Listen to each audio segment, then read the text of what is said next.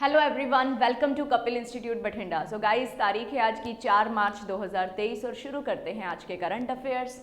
तो सबसे पहला सवाल है हमारे पास, the genetic engineering appraisal committee. देखो, जेनेटिक इंजीनियरिंग क्या होता है हम 2 मिनट में बात करते हैं। अप्रेजल कमेटी का मतलब क्या होता है? एक ऐसी कमेटी जो क्या कर रही है, जो आपको आगे पहल दे रही है। ठीक है जी, जो आपको किसी भी चीज़ में क्या दे रही है जी, पहल दे रही है। ठीक है, मूल्यांकन कर रही है और उस चीज़ के अंदर क्या कर रही है, वो असेस करने की आपको परमिशन दे रही है कि आप एक बार देखिए तो सही करके कि हो क्या रहा है। ठीक है, तो असेस करने के लिए ये कमेटी दी गई है जिसमें आप टेस्टिंग वगैरह कर सकते हो या कुछ भी चीज़ को वेरीफाई कर सकते हो। ठीक है, तो ऐसी कमेटी है जेनेटिक इंजीनियरिंग अप्रेजल कमेटी। ठीक है, इन्होंने रिसेंटली अप्रूव किया है field trial of pink ball warm resistant GM cotton in which state. तो क्वेश्चन क्या है भाई, ये जो पिंक बॉल वॉर्म है ना, ये है एक कीड़ा।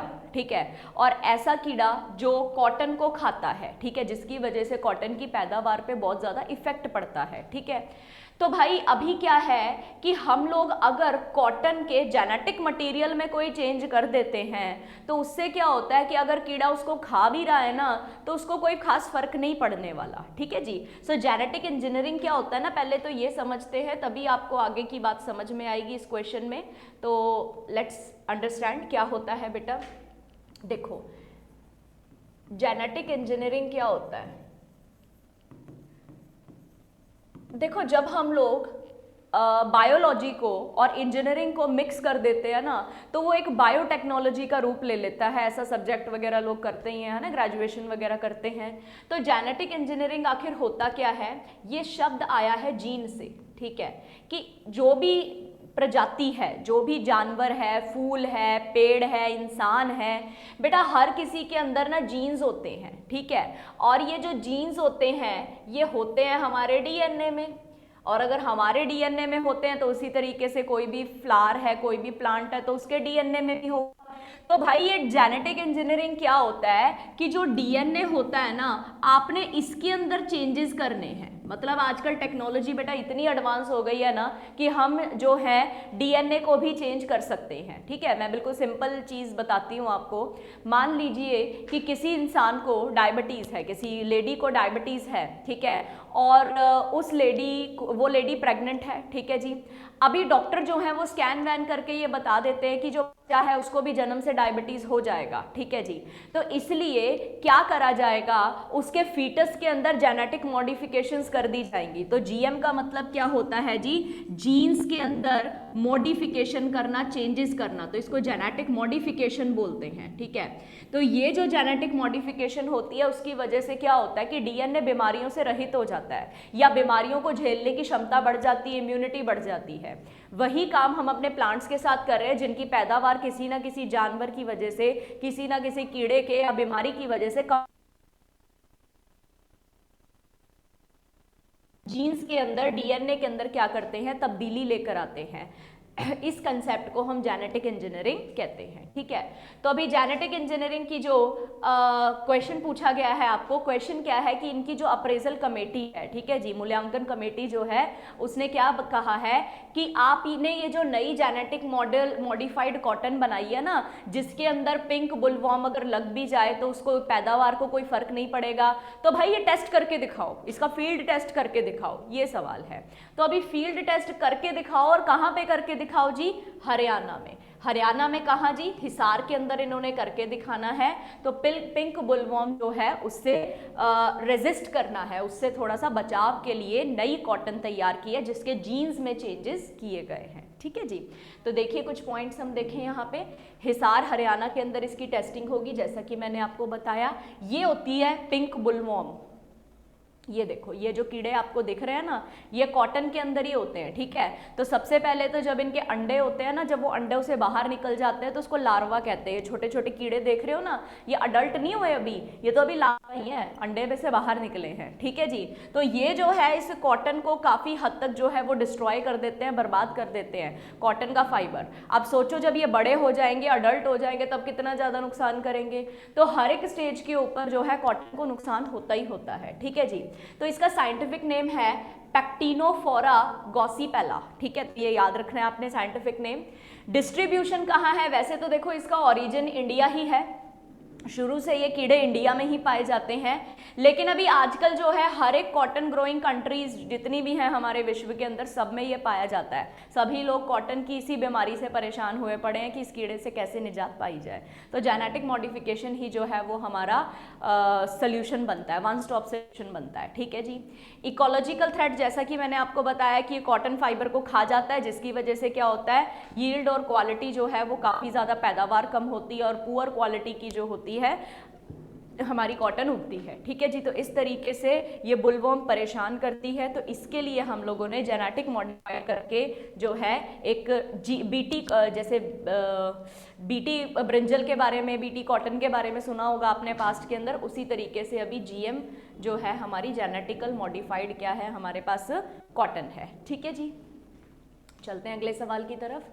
अगला सवाल है, the first anti corruption working group meeting of G20 took place in which state, ठीक है। तो उस दिन याद करो हम लोगों ने एक सवाल किया था कि हरियाणा की एक बहुत अच्छी स्कीम चल रही है परिवार पहचान पत्र, ठीक है, उसके बारे में इसी मतलब ग्रुप की मीटिंग के अंदर डिस्कशन होना था, तो उस टाइम हमने पढ़ा था। आज हम इस ग्रुप की मीटिंग को पढ़ने जा रहे हैं। इस ग्रुप की जो मीटिंग है ये हरियाणा, गुरुग्राम हरियाणा के अंदर कंडक्ट की जा रही है, ठीक है जी।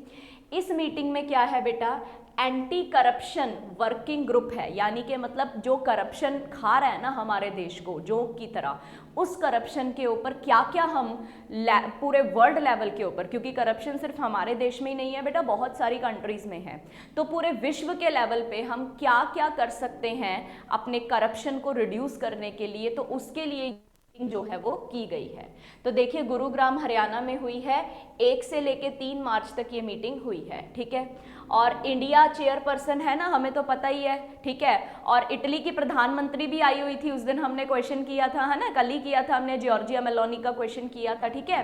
तो वो रायसेना डायलॉग को अटेंड करने आई हुई थी, ठीक है जी।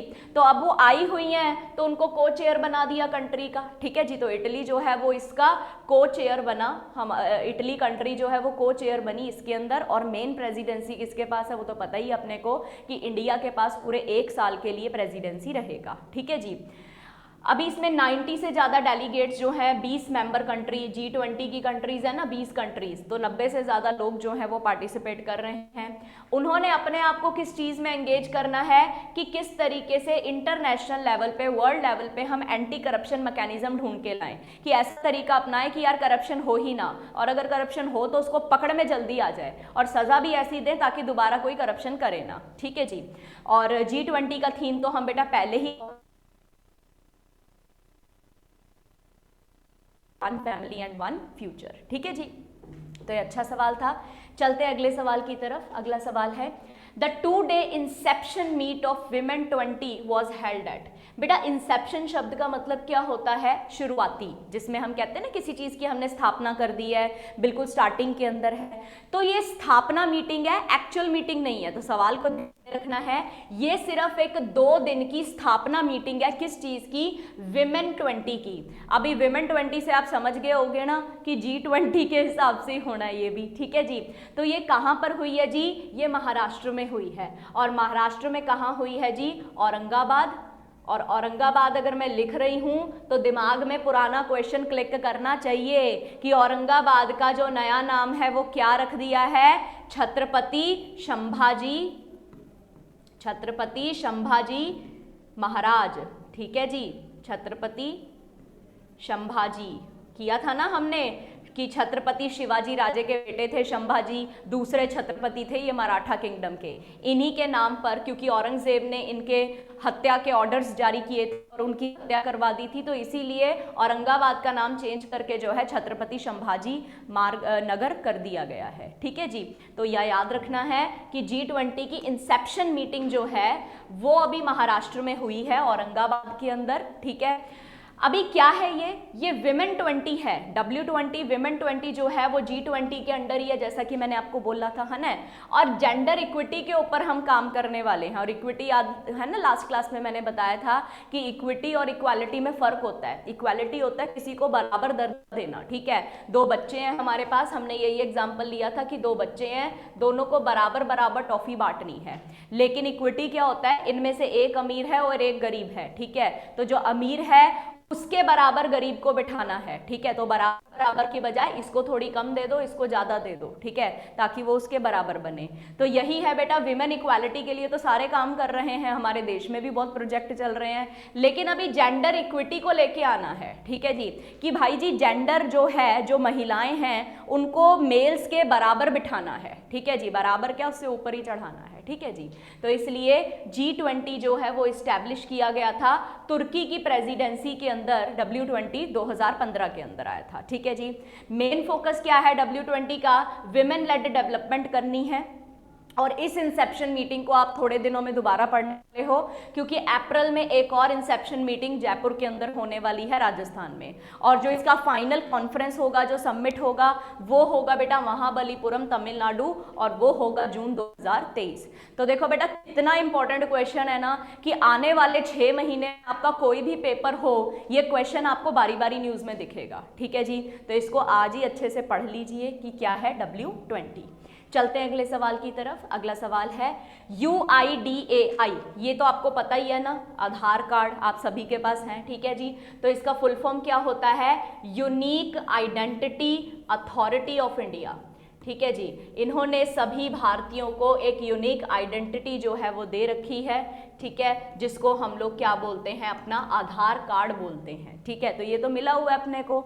न्यूज में क्यों आया, क्योंकि हाल ही में एक नया सिक्योरिटी मैकेनिज्म इसमें हम जोड़ने वाले हैं, क्या जी, फिंगरप्रिंट। तो हम लोग क्या करेंगे, अपने जो आधार कार्ड है ना उनको फिंगरप्रिंट के साथ जो है एनेबल करने वाले हैं, उनको इंटीग्रेट करेंगे, ताकि बहुत अच्छे लेवल की और सिक्योरिटी जो है वो इस चीज के अंदर मिल जाए, ठीक है। क्योंकि बेटा हमारा बहुत सारा डेटा आधार के अंदर, ठीक है, तो इसलिए जो है फिंगरप्रिंटिंग मैकेनिज्म जो है हमारी दुनिया में आ रहा है, ठीक है जी। तो देखिए इसका एम क्या है, एम ये है कि जिस भी तरीके के स्पूफिंग अटैम्प्ट्स हो रहे हैं उस, और स्पेशली आर्टिफिशियल इंटेलिजेंस का यूज करके जो भी तरीके का स्पूफिंग का काम हो रहा है ना बेटा, उसको खत्म करना है, ठीक है, डिटेक्ट करना है और उसको खत्म करने की कोशिश करनी है। अभी स्पूफिंग क्या होता है ना, पहले वो समझते हैं, ठीक है। देखो स्पूफिंग क्या होता है, ये एक ऐसा तरीका है जिसमें आप डेटा को स्टील कर सकते हो, मतलब चोरी कर सकते हो किसी के सिस्टम में जाके, मालवेयर फैला सकते हो किसी के सिस्टम के अंदर, ठीक है जी। और सिस्टम का एक्सेस भी हासिल कर सकते हो, जैसे आपने मतलब सिस्टम के सारे डिटेल्स, क्रेडेंशियल्स अपने पास ले ली और अब आप सिस्टम को खोल सकते हो, मतलब पासवर्ड तक आपको पता है उस सिस्टम का क्या है, ठीक है जी।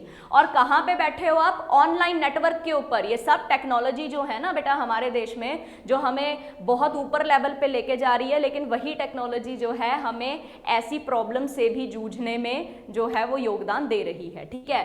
तो मतलब आर्टिफिशियल इंटेलिजेंस, हमने उस दिन पढ़ा था कि मशीन को इतना इंटेलिजेंट बनाओ कि वो इंसान की तरह काम करे, लेकिन उसको इंसान की तरह अगर इतना ज्यादा हमने काम करवा लिया है तो ऐसी समस्याएं भी खड़ी होती हैं कि भाई जी कोई भी बंदा जो है वो अपनी आइडेंटिटी छुपा के दूसरी आइडेंटिटी बना के एक ओरिजिनल मतलब पर्सन की तरह बिहेव कर सकता है और किसी के साथ भी फ्रॉड कर सकता है। तो स्पूफिंग का मतलब बेटा हैकिंग नहीं होता, ये सिस्टम हैक नहीं करना होता।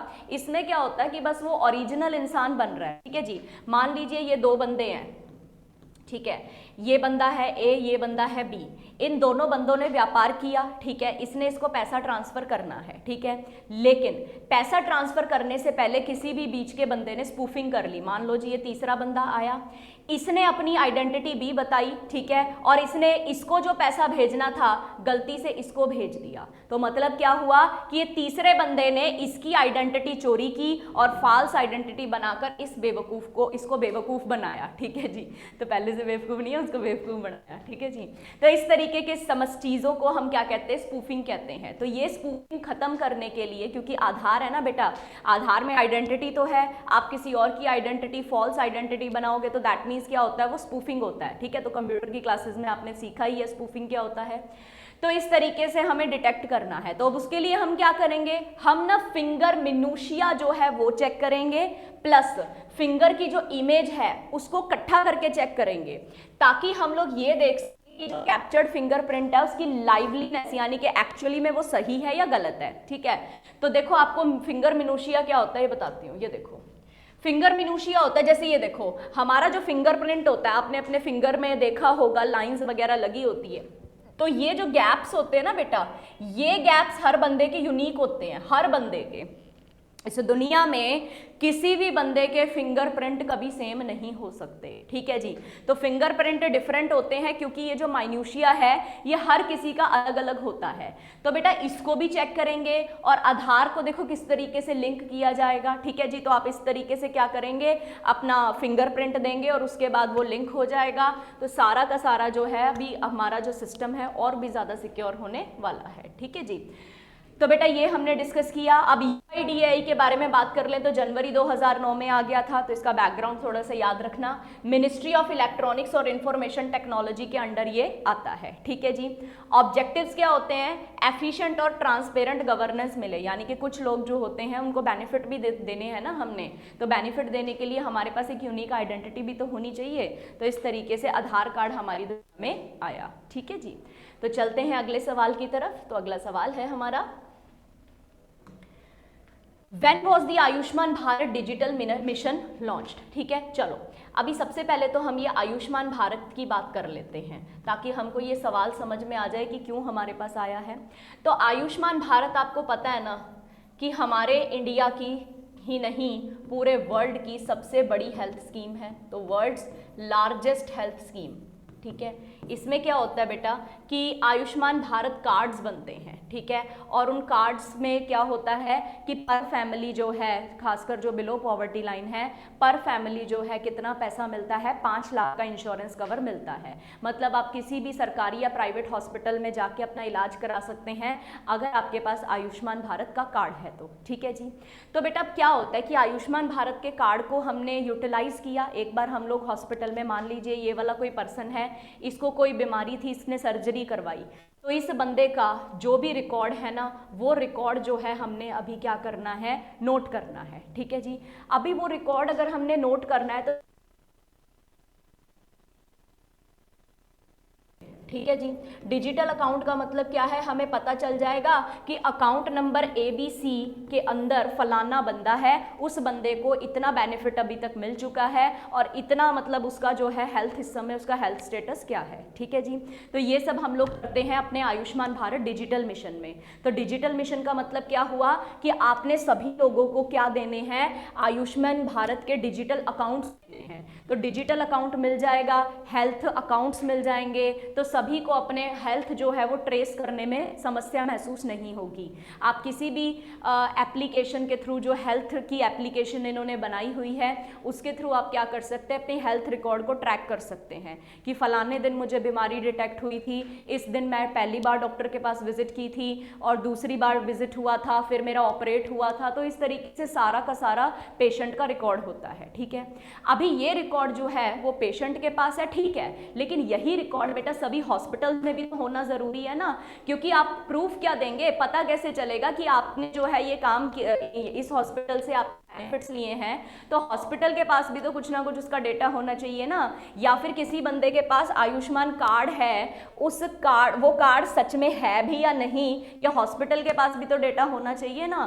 तो इसीलिए हम लोगों ने अभी क्या किया, आखिर ये न्यूज़ में क्यों आया, खैर आंसर तो इसका 2021 है, क्योंकि 2021 में ये डिजिटल मिशन हमने लॉन्च किया था जब हम कोविड की समस्या से बहुत ज़्यादा मतलब बाहर निकल आए थे। तो जनरली जब हम लोगों को पता लग गया था ना कि अब कोविड वाले पेशेंट्स को हम बचा सकते हैं, वैक्सीनेशन ड्राइव हमारी काफ़ी अच्छी हो चुकी थी, तो उस हालात के अंदर हमने क्या किया था, ये आयुष्मान भारत डिजिटल मिशन शुरू किया था, ताकि हर बंदा अपनी अपनी हेल्थ को जो है वो ट्रैक कर सके, अपने अपने डॉक्टर के साथ जो अपॉइंटमेंट है उनको जो है वो कर सके, विजिट कर सके। ठीक है, तो अभी हाल ही में ये न्यूज़ में इसलिए आया क्योंकि कुछ महीने पहले या पिछले साल की ही बात करो, नवंबर दिसंबर के महीने है, Ayushman Bharat digital accounts delete हो गए थे। इसमें बहुत सारे गरीब लोगों का नुकसान हुआ, जितने भी पुअर पर्सन थे जिनके पास ये सब सुविधाएं थी उनका डेटा ही गायब हो गया, बड़े बड़े मिनिस्टर्स का डेटा गायब हो गया। और कुछ दिनों के बाद क्या हुआ, सफदर जो हॉस्पिटल है दिल्ली के अंदर, वहाँ पे रैंसमवेयर अटैक हो गया, मतलब उनका कंप्यूटर जो है उसको हैक कर लिया गया। का मतलब क्या, अब वो फिरौती मांगेंगे, रैंसम मांगेंगे कि इतना पैसा दो तभी हम तुम्हें तुम्हारा कंप्यूटर ऑन करने की परमिशन। बहुत ज़्यादा बड़े बड़े रैंसमवेयर आज तक हो चुके हैं, ठीक है। तो इस तरीके से कुछ प्रॉब्लम्स हो रही थी, जिसकी वजह से भारत सरकार ने एक नया इनिशिएटिव लिया। भारत सरकार ने बोला कि ये जितने भी हमारे आयुष्मान भारत डिजिटल कार्ड है ना, इनको इनके हेल्थ अकाउंट के साथ लिंक किया जाए। तो अभी हाल ही में हम लोग कम से कम 25 करोड़ से ज़्यादा जो है हेल्थ रिकॉर्ड्स को मेंटेन कर चुके हैं, और इनको आयुष्मान भारत डिजिटल अकाउंट्स के साथ जितने भी लोगों के पास आयुष्मान कार्ड्स हैं, जो भी इनका बेनिफिट उठा सकते हैं, वो सभी बेनिफिशियरी के जो हेल्थ रिकॉर्ड्स है ना, वो हेल्थ अकाउंट्स के साथ जो है आभा के साथ जो है वो जोड़ दिए। हेल्थ रिकॉर्ड्स को मैनेज कर सकते हो किसी भी हेल्थ एप्लीकेशन का इस्तेमाल करके, ठीक है जी। क्या है, वही जो हमने बात किया, आयुष्मान भारत हेल्थ अकाउंट है, इसमें 14 डिजिट का नंबर होता है, और आईडी जो है, ये हेल्थ आईडी जो है वो कोविड के बाद तो देखो देनी शुरू कर दी थी, ठीक है। तो जैसा हमने बात किया कि 2021 से जो है ये काम शुरू हो गया था, लेकिन ये जो लिंक करने वाला काम है ना, ये हमने हाल ही में शुरू किया, क्योंकि बहुत मजबूरी है, ना हो ना, उसके लिए पहले उसको लिंक करो, ठीक है जी। तो आयुष्मान भारत डिजिटल मिशन, जैसा कि हमने बात किया, इसको 2021 सितंबर के अंदर हमने लॉन्च किया था, ठीक है जी। बहुत सारे हॉस्पिटल्स को एक दूसरे के साथ जोड़ता है, हेल्थ सोल्यूशन देता है, और एक आम इंसान को जो है आयुष्मान भारत स्कीम का बेनिफिट देता है, ठीक है जी। तो ये था हमारा सारा करंट अफेयर, आई होप आपको समझ आया होगा। नेक्स्ट क्वेश्चन पे चलते हैं। Mobile world congress 2023 was organised in which country. तो हाल ही में ये चीज़ भी न्यूज़ में क्यों आई है, क्योंकि बेटा हमारा जो इंडिया है ना, उसको इस world Congress, mobile world Congress की तरफ से जो है वो अवार्ड मिला है, ठीक है, लाइफ टाइम अचीवमेंट अवार्ड। जैसे कि आप यहाँ पे देख सकते हैं कि अवार्ड वगैरह जो है वो मिले हैं। क्यों मिले हैं, क्योंकि हमारा इंडिया जो है वो टेलीकॉम क्षेत्र के अंदर काफ़ी आगे निकल रहा है। इस साल का जो टारगेट है हमारा वो ये है कि पूरे देश के अंदर 5G नेटवर्क्स हैं वो बनाने हैं। तो इस सब चीज़ों को देखते हुए अवार्ड मिला है। खैर, क्वेश्चन का आंसर प्राप्त करें सबसे पहले तो क्वेश्चन है कि कहाँ पे ऑर्गेनाइज हुआ है। ये बेटा स्पेन में हुआ है, बार्सिलोना में। बार्सिलोना स्पेन के अंदर जो है ये कंडक्ट किया गया है। तो अभी देखिए, वर्ल्ड मोबाइल कॉन्फ्रेंस जो है बार्सिलोना स्पेन में ऑर्गेनाइज किया गया है। इंडिया ने जीएसएम में गवर्नमेंट लीडरशिप अवार्ड जो है 2023 का वो प्राप्त किया। तो वेरी वेरी इंपॉर्टेंट क्वेश्चन, ये पॉइंट बहुत इंपॉर्टेंट रहेगा बेटा, ध्यान में रखना, ठीक है जी। जीएसएम में क्या है, ये एक ऐसी एसोसिएशन है जो बहुत मोबाइल ऑपरेटर्स को और स्टेक होल्डर्स को जो है ग्लोबल मोबाइल इंडस्ट्री के अंदर जोड़ती है, उनको साथ लेकर आती है, ठीक है। प्रेजेंटली अगर हम बात करें, जीएसएम में जो है 750 से ज़्यादा ऑपरेटर्स जो हैं इनके साथ जुड़े हुए हैं, और 400 कंपनीज इनके साथ जुड़ी हुई हैं। जैसे कि आप रिलायंस वगैरह, आइडिया वगैरह की बात कर सकते हैं, ठीक है बेटा। तो इस अवार्ड ने क्या रिकॉग्नाइज किया है कि इंडियन गवर्नमेंट जो है वो डेवलपमेंट कर रही है, टेलीकॉम सेक्टर में बहुत अच्छा डेवलपमेंट कर रही है, इसीलिए हमें अवार्ड जो है इंडिया को मिला है, ठीक है जी। और इंडिया का टारगेट क्या है कि 5G कवरेज जो है 2023 तक हम लोगों ने देनी है पूरे इंडिया को। करंटली 387 डिस्ट्रिक्ट्स जो हैं ऐसे हैं इंडिया में जिनको अभी तक 5G नेटवर्क मिल चुका है, ठीक है जी। तो ये ये यूके से जो है इसको एसोसिएशन को बनाया गया, और ये मोबाइल्स वगैरह को रिप्रेजेंट करती है जीएसएम वगैरह, ठीक है जी। अभी ना थोड़ा सा वापस से उन बातों पे आते हैं, कुछ बेसिक पॉइंट्स पे आते हैं, ठीक है जी। तो याद है आप लोगों को कि जब अपन लोग छोटे होते थे और पहली बार अपन लोगों ने सिम कार्ड वगैरह खरीदा होता था और इंटरनेट वगैरह अपन ने चलवाना होता था, तो जब 2G का और 3G का ज़माना था ना हमारे देश में, तो उस समय की बात कर रही हूँ। तो जब ये 2G रिचार्ज करवाना होता था तो जनरली दुकानदार पूछता था कि आपकी सिम कौन सी है, CDMA की है या GSM की है, ठीक है। CDM में क्या होता है बेटा, कोड डिवीजन, ये आप कंप्यूटर की क्लासेस में पढ़ेंगे, कोड डिवीजन मल्टीपल असेस, ठीक है। तो ये बहुत ही डीप कंसेप्ट्स हैं, इतना आपके पेपर के अंदर जो है गवर्नमेंट एग्जाम्स के अंदर इतना डिटेल में पूछते कि इसको करते कैसे हैं, अदरवाइज पूरा डायग्राम समझा सकती हूँ मैं इसका। जीएसएम क्या होता है? जीएसएम होता है global system for mobile, global system for mobile, ठीक है। तो अगर मैं बात करूं कि कौन सा ज़्यादा बेटर है, तो बेटा इसकी जो स्पीड है ना, CDMA की स्पीड है वो केबीज में है। आप लगा सकते हो कि 3G नेटवर्क के लिए चलो ठीक था, ठीक है, लेकिन अगर हम बात करते हैं कि 4G या 5G नेटवर्क अपनी दुनिया में लेके आना है, तो GSM की स्टार्टिंग जो इनिशियल स्पीड है वो 2 Mbps है, ठीक है। तो 2 Mbps यानी कि मेगाबाइट्स के अंदर इसकी स्पीड चलती है, और जैसे जैसे हम प्लान अपना बढ़ाते हैं उस तरीके से हमें ज़्यादा Mbps स्पीड मिलती है। तो स्पीड के क्षेत्र में ये ज़्यादा अच्छा है, इसलिए इसको हम लोग जो है इस्तेमाल करते हैं, ठीक है। तो बचपन में यही चीज़ हम लोग पढ़ा करते थे। नेक्स्ट क्वेश्चन देखें हम। अगला सवाल है हमारा, world wild life day is celebrated on, कब मनाते हैं हम वर्ल्ड वाइल्ड लाइफ डे? 3 मार्च को। देखिए यहाँ पे वर्ल्ड वाइल्ड लाइफ डे जो है, और थीम भी देखो यहीं पे पता चल जाएगा आपको, पार्टनरशिप फॉर वाइल्ड कंजर्वेशन, ठीक है जी। मतलब जो भी हमारे जंगली जीव हैं जो जंगलों में रहते हैं, और जंगलों में बेटा सिर्फ जीव ही नहीं रहते, कुछ जंगली प्लांट्स भी रहते हैं, उन प्लांट्स को भी हम लोगों ने क्या करना है? कंजर्व करना है, बचाना है। खासकर जो खत्म होने के कगार पे हैं, जो खतरे में हैं, उनको बचाना है, ठीक है जी। तो ये सेलिब्रेट किया 3 को। क्यों सेलिब्रेट किया और किसने किया? सबसे पहले तो यूनाइटेड नेशंस करता है, ठीक है। मेन ऑब्जेक्टिव क्या है इस सेलिब्रेशन का? कि अवेयरनेस हमें जनरेट करनी है कि जो जितने भी जंगली पेड़ हैं, फ्लोरा मीन्स प्लांट्स होते हैं, और जितने भी जंगली जानवर हैं, फौना मीन्स क्या होते हैं? एनिमल्स होते हैं, एनिमल्स, और फ्लोरा मीन्स प्लांट्स, ठीक है। तो जितने भी ये जंगली जीव हैं, चाहे प्लांट है चाहे एनिमल है, इनको हम लोगों ने क्या करना है? प्रिजर्व करना है। अवेयरनेस, जागरूकता फैलानी है कि ये खत्म होते जा रहे हैं, इन्हें आप लोग ठीक से इनको प्रिजर्व कीजिए, ठीक है। सो क्या हुआ था भाई? 3 मार्च 1973 को क्या हुआ था? साइट जो है एक मीटिंग हुई थी, एक कन्वेंशन हुआ था, जिसमें इंटरनेशनल व्यापार यानी कि ट्रेड के ऊपर बात हो रही थी एंडेंजर्ड स्पीशीज़ की, कि एंडेंजर्ड स्पीशीज़ जो हैं, जो ख़त्म हो रही हैं, लुप्त हो रही हैं, उनको जो है इंटरनेशनल मार्केट के अंदर बेचा जाता है, उनकी स्किन के लिए, उनके फर के लिए, उनके सींगों के लिए। तो ऐसा कुछ कन्वेंशन हमारे पास 3 मार्च 1973 को आया, तो जिसके तहत हम लोगों ने इस साल 2023 के अंदर हम जो है 50वीं वर्षगांठ इसकी सेलिब्रेट कर रहे हैं, है ना। तो 1973 से 2003 50वां ही बनेगा। तो इसलिए इस साल जो है हम लोगों ने सोचा है कि मतलब सेलिब्रेट करने का इस बार का ना मेन टारगेट यही है कि यार 50 साल पूरे हो चुके हैं संस्था वाइल्ड लाइफ कंजर्वेशन को काम करते हुए, ठीक है। और पहली बार कब मनाया था जी? ये जब COP26 यानी कि कॉन्फ्रेंस ऑफ पार्टीज की मीटिंग हुई थी बैंकॉक के अंदर, थाईलैंड में 2013 में। तो तब से हम लोग जो है ये डिसाइड किया था हमने इस मीटिंग के अंदर बैठ के कि 3 मार्च जो है, जिस दिन हमने इसको अडॉप्ट किया था ना साइट्स को, उस दिन से, उस तारीख को लेके जो है हम लोग इसको दिन को सेलिब्रेट करना शुरू कर देंगे। तो वर्ल्ड वाइल्ड लाइफ डे हम सेलिब्रेट करते हैं 3 मार्च को, ठीक है जी। चलते हैं अगले सवाल की तरफ। Which hydro project is recently approved by the central government? तो हाल ही में देखो दिबांग हाइड्रो पावर प्रोजेक्ट जो है वो रिसेंटली सेंट्रल गवर्नमेंट ने अप्रूव कर दिया है। वैसे देखा जाए ना तो बहुत पुराना प्रोजेक्ट है। 2008 के अंदर प्रधानमंत्री थे हमारे श्री मनमोहन सिंह, तो उन्होंने जो है इसकी नींव पत्थर रख दी थी, यानी कि फाउंडेशन रख दिया था। लेकिन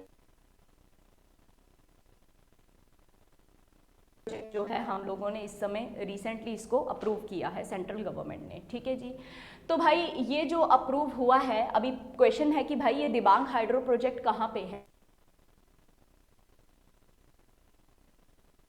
होगा चाइना बॉर्डर के बहुत क्लोज आता है ये दिबांग रिवर पे, अरुणाचल प्रदेश के अंदर आता है, ठीक है जी। इसको डेवलप करेगी national hydro electric power corporation limited, NHPC के द्वारा इसको बनाया जाएगा। पावर कितनी जनरेट करेगा? 2880 मेगावाट की, ठीक है जी। और कॉस्ट कितनी लगेगी? 1300 बिलियन INR, ठीक है, इंडियन रुपी।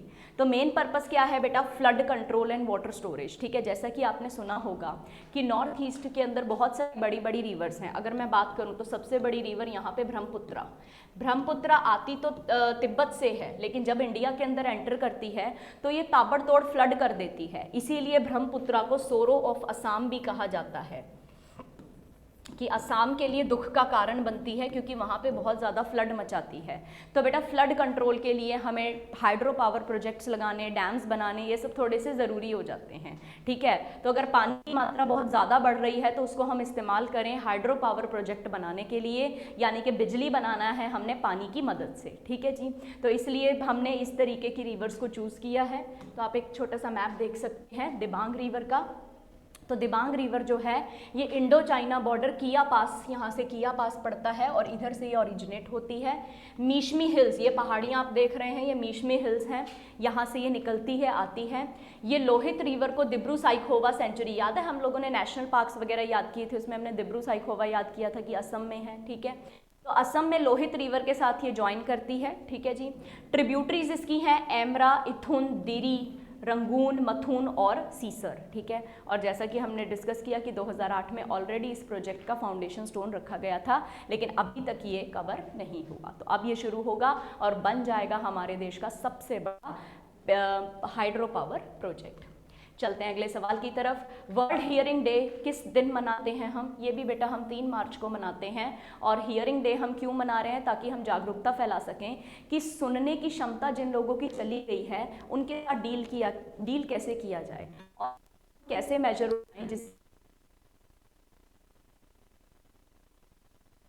तो डेफनेस के खिलाफ हमें लड़ना है, यानी कि जो बहरापन है ना उसको हमें प्रिवेंट करना है, ठीक है। और हियरिंग लॉस अगर हो गया है तो हियरिंग केयर कैसे हम अपने देश में इंट्रोड्यूस करें, जिन लोगों के पास हियरिंग लॉस हो चुका है उनको किस तरीके से हम मशीन्स प्रोवाइड करवाएं जिससे कि वो ढंग से सुन सकें, ठीक है जी। तो थीम क्या है जी? Ear and hearing care for all, ठीक है जी। सो छोटा सा सवाल था कि 3 मार्च को हम ये सेलिब्रेट करते हैं एंड ऑब्वियसली कौन सेलिब्रेट कर रहा है जी? वर्ल्ड हेल्थ ऑर्गेनाइजेशन कर रही है, ठीक है जी।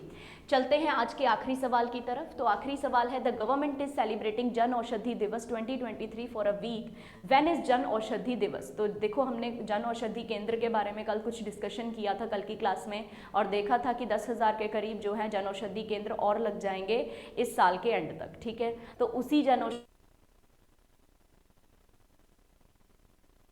तारीख से लेके 1 मार्च से लेके 7 मार्च तक जो है 1 तारीख से लेके और 7 तारीख तक जो है ये पूरा वीक सेलिब्रेट करेंगे। और 7 मार्च के दिन जो है वो क्या होगा? वो जन औषधि दिवस होगा, ठीक है जी। तो जन औषधि दिवस कब होगा जी? 7 मार्च के दिन होगा, ठीक है जी। सो देखिए यहाँ पे आप देख सकते हैं जैसे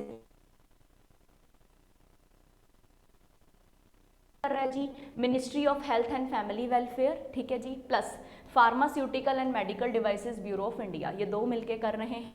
और इस साल 5वां एडिशन जो है ये कर रहे हैं। सो जन औषधि दिवस का 5वां एडिशन है जो कि प्रधानमंत्री जन औषधि परियोजना के अंडर आता है। तो ये सब तो हमने ऑलरेडी डिस्कस किया हुआ है, ठीक है जी। तो ये थे हमारे आज के करंट अफेयर गाइस। कल मिलते हैं आपसे सेम टाइम सेम जगह अगले करंट अफेयर्स के साथ। Till then have a nice day, take care.